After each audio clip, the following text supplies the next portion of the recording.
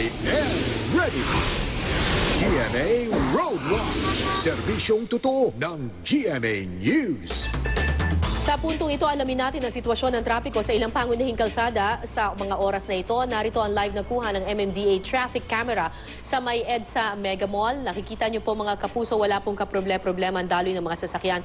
Light po ang trapiko dyan sa EDSA Mega Mall. Yung nasa kanang bahagi po ng inyong TV screens, papunta po yan ng Makati southbound po yan. Yung nasa left side naman po, na maganda rin po ang daloy ng trapiko, papunta po yan ng Quezon City. Northbound lane po yan, mga kapuso.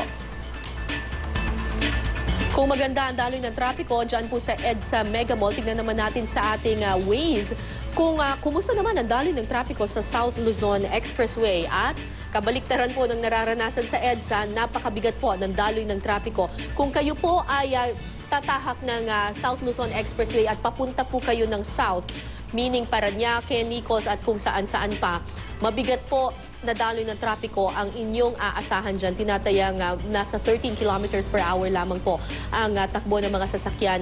Southbound po yan, dyan po sa South Luzon Expressway. Pero mas mabigat po ang daloy ng trapiko kung kayo po ay papunta ng EDSA. Kung galing po kayo ng South at pupunta po kayo ng EDSA, napakabigat na po ng daloy ng trapiko. Nagsisimula po yan sa may bandang Villamor Air Base. Dire-diretso na po yan all the way hanggang EDSA. Until you hit EDSA po, ay magiging mabigat po ang daloy ng trapiko dyan. Tingnan naman natin ang Quirino Avenue sa Maynila. Alright. Mga kapuso, ito pong mga triangle na icons dito. Ibig sabihin po dyan may road construction na isinasagawa dyan. Dyan po banda sa may Plaza Dilao at dito sa may Carlos Extension. At ito po yung isa sa mga factors kung bakit po nagbibigat ang daloy ng trapiko dito po sa Quirino Avenue. Kung kayo po ay papunta ng Rojas Boulevard, pulang-pula po mga kapuso yung lane na yan. Ibig sabihin heavy traffic po. Tinatayang nasa 6 kilometers per hour lamang ang takbo ng mga sasakyan ngayon. Papunta po yan sa Rojas Boulevard if you're taking Quirino Avenue.